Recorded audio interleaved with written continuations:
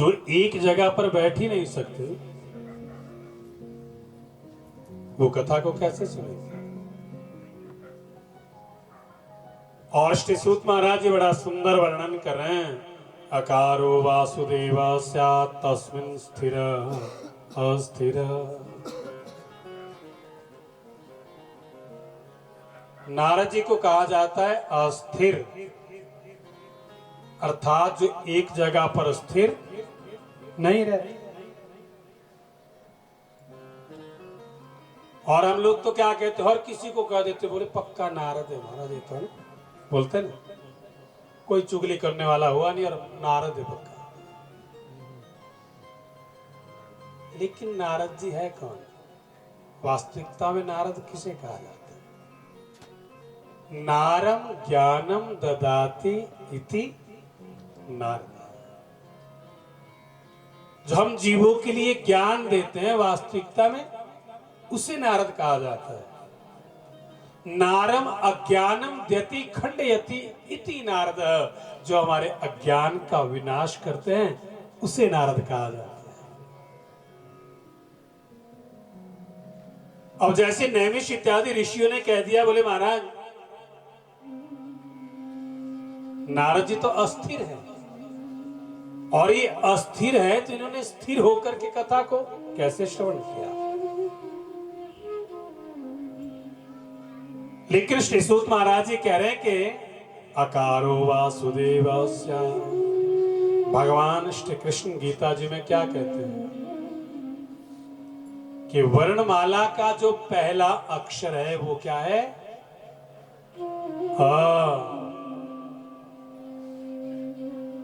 अकारो वासुदेवस्य। भगवान श्री कृष्ण कहते हैं अ में मैं रहता हूं, ये मेरा स्वरूप है। अकारो वासुदेवस्य। अ क्या है? वासुदेव। अ जमा स्थिर, अर्थात वासुदेव के चरणों में जिसका मन स्थिर है, उसे क्या कहा जाता है? अस्थिर।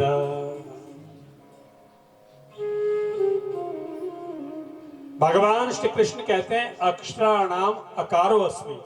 अक्षरों में अ मैं हूं, अर्थात वासुदेव के चरणों में जिसका मन स्थिर है। ऐसे कौन? नारद जी।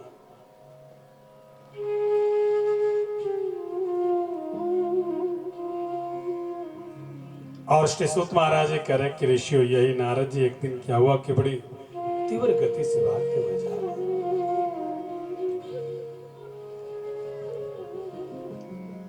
और जैसे ही तीव्र गति से भागते हुए जा रहे हैं, और रास्ते में क्या हुआ कि सनकादि ऋषि बैठे हैं, और सनकादि ऋषियों ने देखा रे नारद जी, और मुख कैसा रो रहे हैं, लटका हुआ,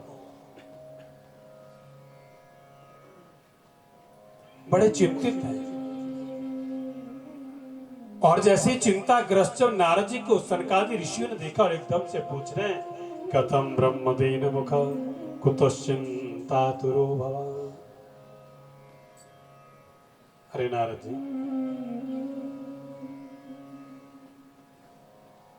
जिसका दर्शन कर लेने से जीव का जीवन धन्य हो जाता है, जिसका दर्शन कर लेने से जीव की सारी चिंताएं मिट जाती हैं। आज वही नारद जी, और ऐसा लटका हुआ मुंह लेकर के मानो किसी वैश्य का धन कोई चोर चुरा करके ले गया हो, इस प्रकार से नारद जी की मुख मुद्रा को देख करके सनकादि ऋषि करें, हे नारद जी क्या बात है? कथम ब्रह्मदीन मुख कुतश्चिंतातुरो भवान्। ऐसी क्या चिंता आपके मन में आई है? क्या कारण है? क्या दुख है?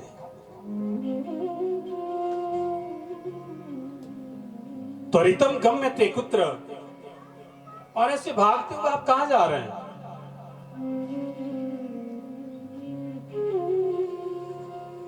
कुतश्चागमनम तव। और ये भागते हुए रोते हुए जाने का कारण क्या है?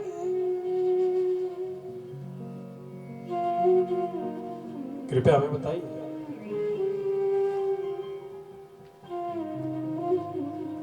नारद जी की आंखों से गंगा यमुना बह रही है, रो भी रहे हैं।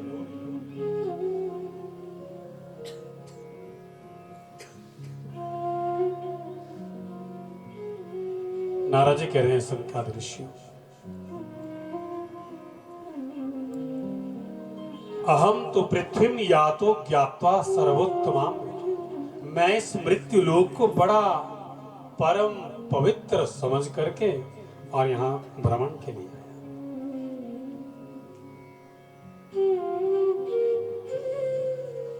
पुष्करम च प्रयागम च काशीम गोदावरी तथा, पुष्कर में गया, प्रयाग में गया, काशी गया, गोदावरी गया,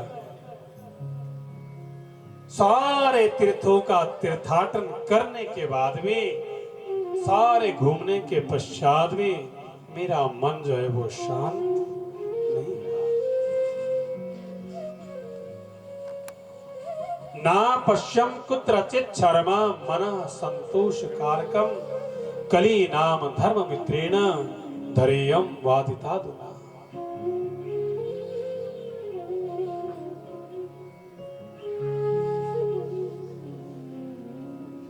सारे तीर्थों का भ्रमण करने के पश्चात भी मेरा मन शांत नहीं हुआ और मैंने क्या देखा कि समग्र कलयुग कलयुग कलयुग समा रहा है।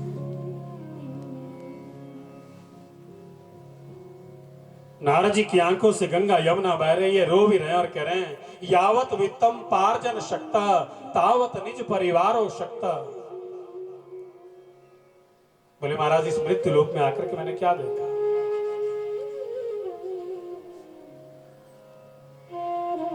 एक घर का मुखिया जो अपने पूरे परिवार का पालन पोषण कर रहा है, यावत वित्तम पार्जन शक्ति,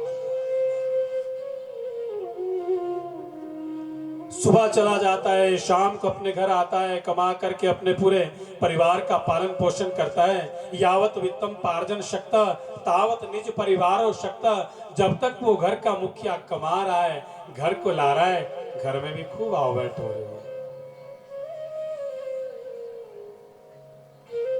तावत निज परिवार शक्ता पश्चात धावती जर्जर देह। लेकिन जैसे उस घर के मुखिया का शरीर जो बिल्कुल जर्जर हो जाता है, बुढ़ापे को प्राप्त हो जाता है, फिर क्या होता है, वार्ता को भी न पृच्छति, फिर उससे कोई घर में नहीं पूछ रहा है।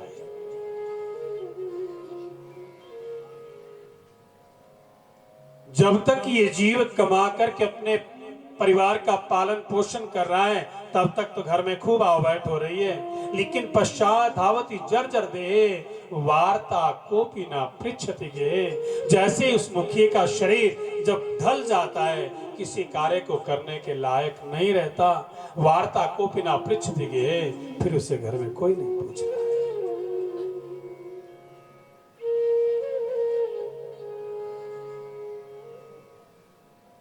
बोले इतना ही नहीं, तरुणी प्रभुता गेहे श्यालको बुद्धिदायक कन्या विक्रयिणो लोभात दंपत्ति नाम च कलकल।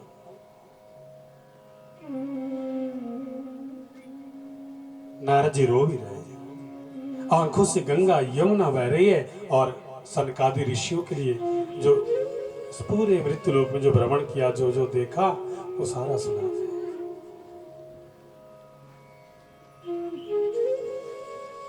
देखो अभी भी हमारी थोड़ी देर पहले बात हुई थी कि एक माता पिता एक संतान को प्राप्त करने के लिए पत्थर से पहाड़ तक पूछ देते हैं। महाराज हमारे घर में बेटा हो जाता है ना, देखो बेटा क्या होता है, जो बांट बांट के अपना हिस्सा लेता है।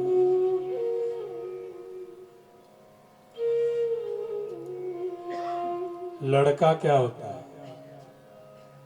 जो लड़के भी अपना हिस्सा ले लेता है।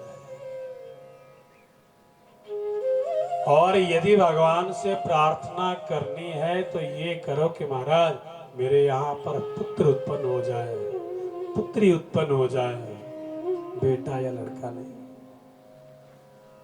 पुम नाम नरकस्य त्रनाम त्रायते, पुम नाम नरक से जो अपने माता पिता को तारता है, वास्तविकता में वो पुत्र है।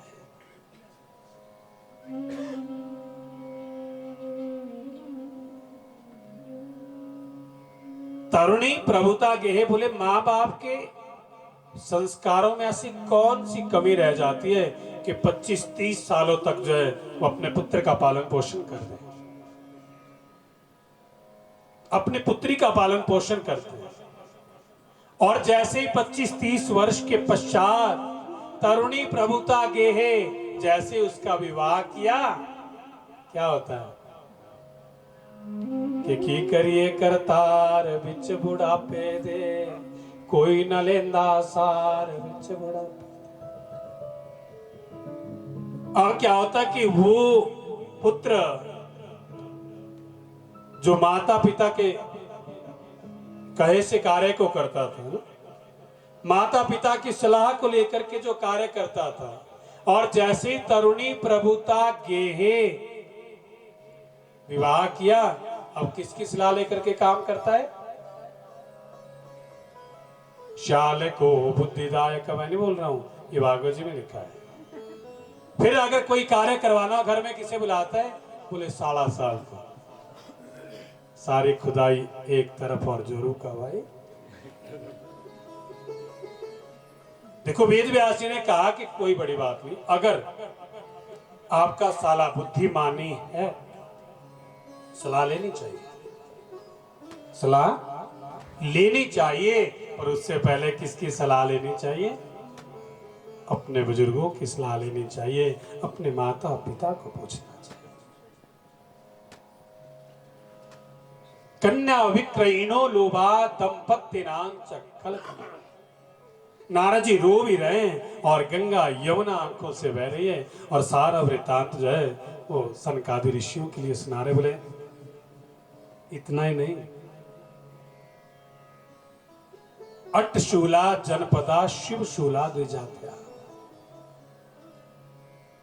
मैंने इस मृत्युलोक में आकर के क्या देखा? हम लोग क्या करते, जो हमारे घर में बना होता है ना वो अच्छा नहीं लगता, जो पड़ोसी के बना होता है वो ज्यादा अच्छा लगता है ना। बोले महाराज कोई वस्तु लेनी, बोले ना ना चाइनीज लेनी, ये ज्यादा अच्छी रहती है ना। बोले चाहे जल्दी खराब हो जाए। और अगर कोई अच्छी से अच्छी, बोले मेड इन इंडिया, ना ना ना ये नहीं चलेगी। ये आज नहीं, वेद व्यास ने लिख दिया अट्टशूला जनपदा शिवशूला द्विजात्या। बोले अपने देश में उगाया हुआ अन्न धन दूसरे के देशों को भेजा जाएगा, और वहां पर उगाया हुआ अपने देश को लाया जाएगा। अपने देश में बनी हुई वस्तु को दूसरे देशों में भेजा जाएगा, और दूसरे देशों की बनी हुई वस्तु को अपने देश में लाया जाएगा। अट्टशूला जनपदा शिवशूला द्विजात्या। कामिन्या केशशूलिन्या संभवन्ति कलाभिः। नारद जी रो रहे हैं और कह रहे हैं सनकादि ऋषियों, बोले इतना ही नहीं, अब कलयुग में तुम्हें ये देख करके आया हूं कि औरतें भी अपने बालों को काट रही है। कामिन्या केशशूलिन्या, नारियां अपने बालों को काट रही है, और अपने बालों को काट करके वो समझती हम बड़ी पारी पढ़ी लिखी है ना। लेकिन औरतों के बाल कब काटे जाते हैं पता आप लोगों को? क प्रजापति ईशो यस्य तस्य शूलिन्या संभवन्ति कलाभिः। मैं नहीं कह रहा हूं, वेद व्यास जी यहाँ पर लिख रहे हैं, और नारद महाराज जी सनकादि ऋषियों के लिए कह रहे हैं। नारियों के बालों में लक्ष्मी निवास करती है, और देव भागवत में साफ लिख दिया गया, जो गलती से भी नारी को बालों से पकड़ता है, खींचता है, हास्य में भी, समझ लो उस जीव का विनाश का समय शुरू हो गया। इसलिए गलती से भी कभी नारी को उसके बालों से हास्य में भी कभी नहीं खींचना चाहिए। कंस ने क्या किया था, अभी आगे कथा आएगी। देवकी को जाके पग नहीं फटी बयाई, सो क्या जाने पीर भराई। देवी भागवत में साफ वर्णन आता है कि जो जीव गलती से भी, हास्य से भी जो नारी को बालों से पकड़ता है, उसका समझ लो पतन का समय शुरू हो गया।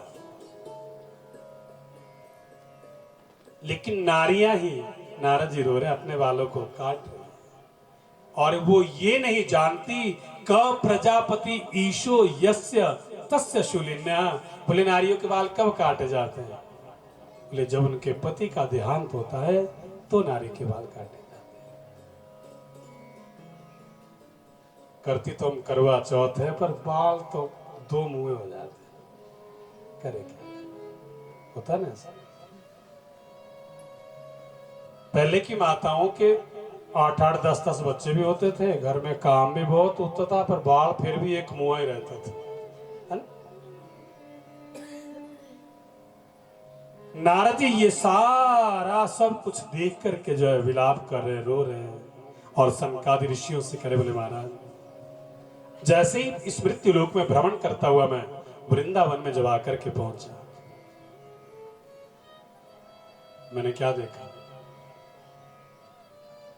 एक युवती, और उस युवती की गोदी में दो बूढ़े बूढ़े सर रख करके लेटे हुए हैं और मूर्छित पड़े हैं।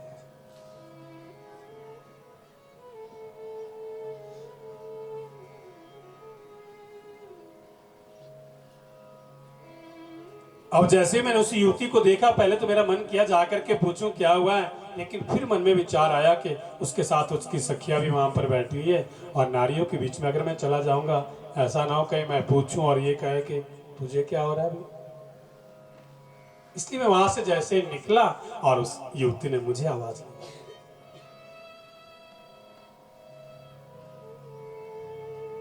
और जैसे उस युवती ने आवाज लगाई मैं जाकर के पहुंचा, और मैंने कहा माता क्या बात है, ये बूढ़े कौन है? बोले महाराज ये मेरे 2 पुत्र हैं।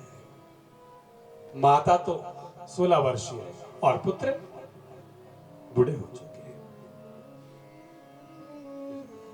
और वो भी मूर्छा अवस्था में पड़े हुए। उन्हीं की मूर्छा को तोड़ने के लिए ये मां विलाप कर रही है, रो रही है।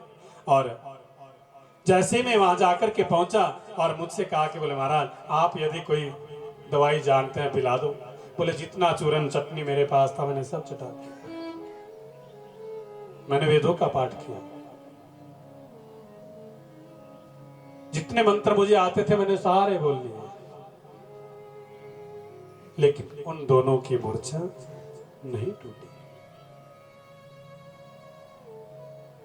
मूर्छा तो नहीं टूटी, लेकिन क्या हुआ? आकाशवाणी होती है सत्कर्मा सूचको नूनम ज्ञान यज्ञम स्मृतो बुधे। बोले महाराज सत्कर्म करो, तो क्या ये सब जो कर्म किया वो सत्कर्म नहीं था?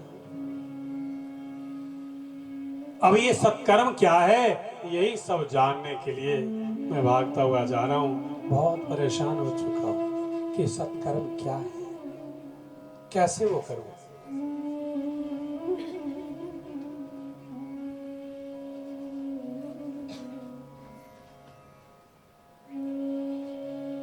सनकादि ऋषि करे नारद जी, बोले बांग के बिहारीलाल की,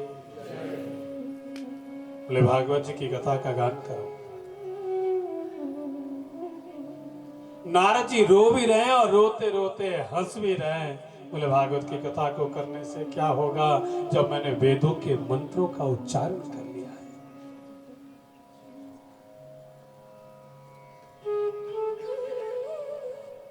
सनकादि ऋषि कह रहे नारद जी, जिस प्रकार से जंगल में सिंह के गर्जने से गीदड़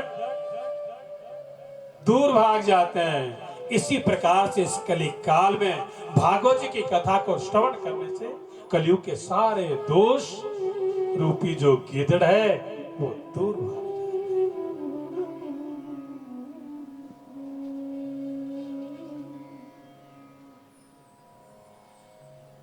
और जो वेद आप बात कर रहे हैं ना, मैंने वेद मंत्रों का उच्चारण किया। अरे वेद तो वृक्ष है। देखो अगर आपका मन किया हो सेब खाने का, तो क्या आप उसके पत्ते खाओगे कि सेब खाओगे? क्या पत्ते खा करके वो सेब का स्वाद आ सकता है? या आम के पत्ते खा करके आम का स्वाद आ सकता है? बोले नहीं। सनकादि ऋषि कह रहे हैं नारद जी, वेद तो वृक्ष है और इन वृक्षों पर लगा हुआ जो ये भागवत रूपी फल है,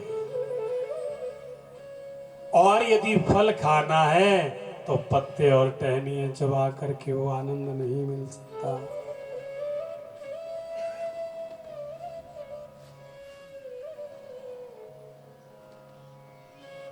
और ये फल भी कैसा है? बोले ना इसमें छिलका है और ना ही गुठली है।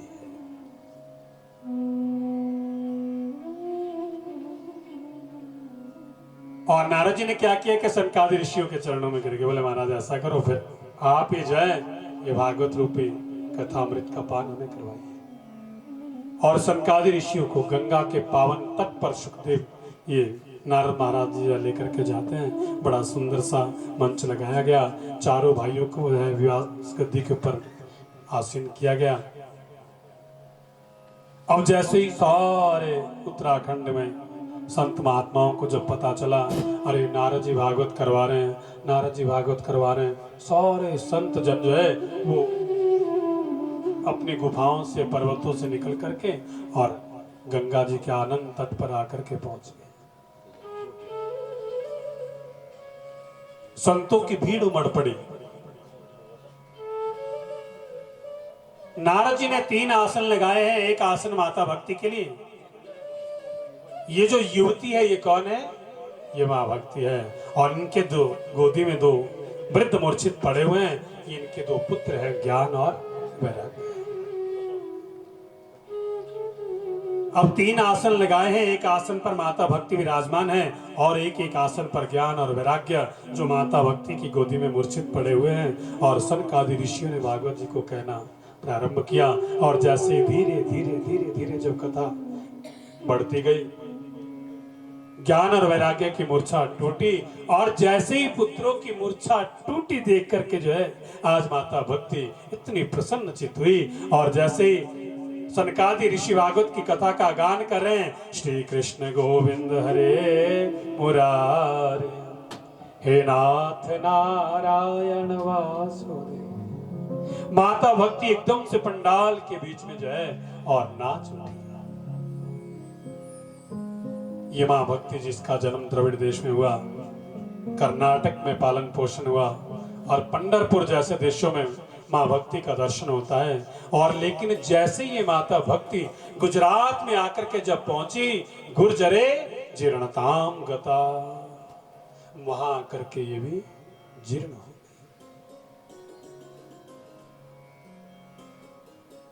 नारद जी सनकादि ऋषियों से प्रश्न करने, बोले महाराज एक बात कहूं, बोले वांके बिहारी लाल की, बोले वांके बिहारी लाल की। बोले महाराज मेरा एक प्रश्न है। देखो यदि कोई भगत है, वो अपनी भक्ति के द्वारा भगवान को यदि प्राप्त कर रहा है, कोई बड़ी बात नहीं। और यदि कोई विद्वान है, अपनी विद्वता के द्वारा यदि भगवान जी को प्राप्त कर लेता है, भक्ति करता है, ये भी कोई बड़ी बात नहीं।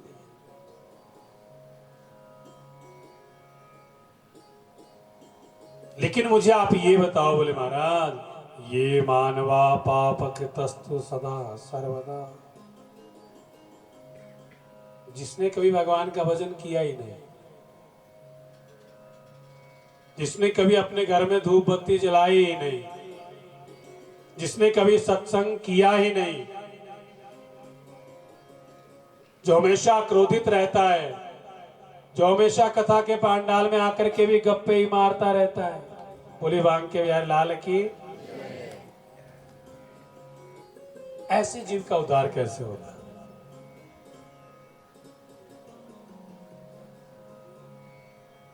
और सनकादि ऋषि कह रहे, बोले महाराज ये मानवा पाप कृतस्तु सर्वदा सदा दुराचार रता विमार्गदा।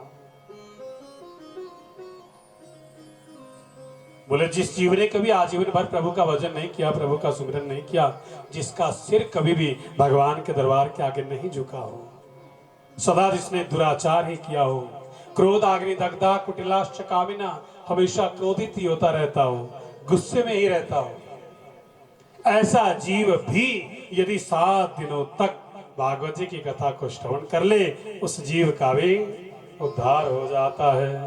बोलिए श्रीमद् भागवत महापुराण की।